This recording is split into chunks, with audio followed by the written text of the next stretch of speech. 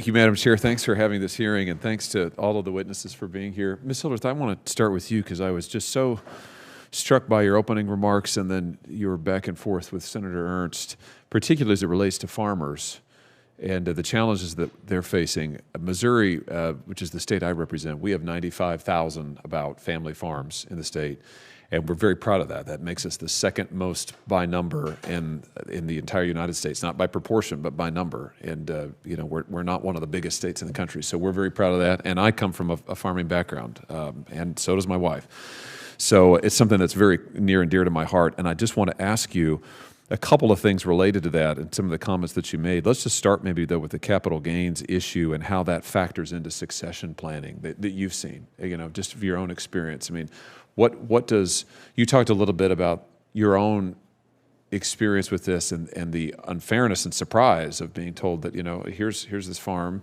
that you have inherited, but that you're also now responsible for. And the first thing is you've got a massive tax bill that you now have to pay. So just in your own observation and from your own experience, what's that like? And how do you think that affects farmers who are saying, boy, I want to keep this farm in the family. I want to give my son or daughter a shot at farming, but we've got to get around this obstacle. Just talk to us about that. Thank you, Senator Hawley. I have a very good friend. His name is State Senator Dan Zumbaugh, and he is in this situation with his son right now. And he was explaining to me the other day in the chamber, he says, we can't succession plan and sell our land to our son. It just can't work. We have to wait until I die. And then he and his 3 siblings will inherit, and then he will have to deal with buying them out, even though they have no interest in farming. And now the burden is to him, and it's really put them in a place where they're frustrated. And as a state senator, I know he's looking at what can we do at the state level. So that's my experience as I talk to some of my colleagues. Yeah. And my role as Executive Director of Calhoun County Economic Development, well, I'm 7 months old into this job. So education is really key for me as a leader, as a community leader. And there's so much to learn.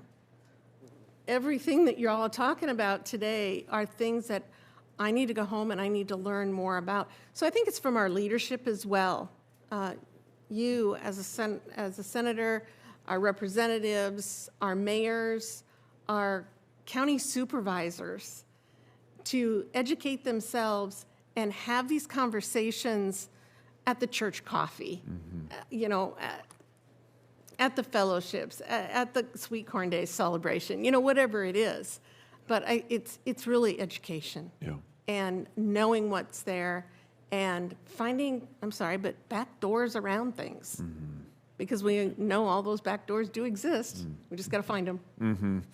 Let me ask you, I just want to say it shouldn't be that farmers or any other small business owner should have to go to a back door in order to pass along their business to their family, and particularly, as you pointed out, with the land issue. I mean, you would think in this country, I think people who don't know anything about farming often think, oh, there's plenty of land. There's no land problem. There's gobs of land out there. Boy, you go tell that to a young farmer, and they're trying to find land, trying to buy land. Nobody can afford land. Nobody can get a shot at it. I mean, so this is a huge, huge obstacle that we've got to solve. I want to ask you in my brief remaining time here one other thing actually related to land that you brought up. You mentioned foreign ownership of land. To me, this is such a huge issue at a time when our younger folks cannot afford to buy land, farmland in our country, to have foreign nations and foreign corporations coming in and buying up that land. It just seems unbelievable. You mentioned it. I'd just like to give you a chance to say something more about that. What's your perspective on it? It will kill the family farm. These foreign adversaries, they're going to come in, and if given the opportunity, they're going to suck up the good land, and who knows what they're going to do with it. Yeah. Our farmers, our Iowa farmers, as I'm sure our Missouri farmers, are stewards of the land.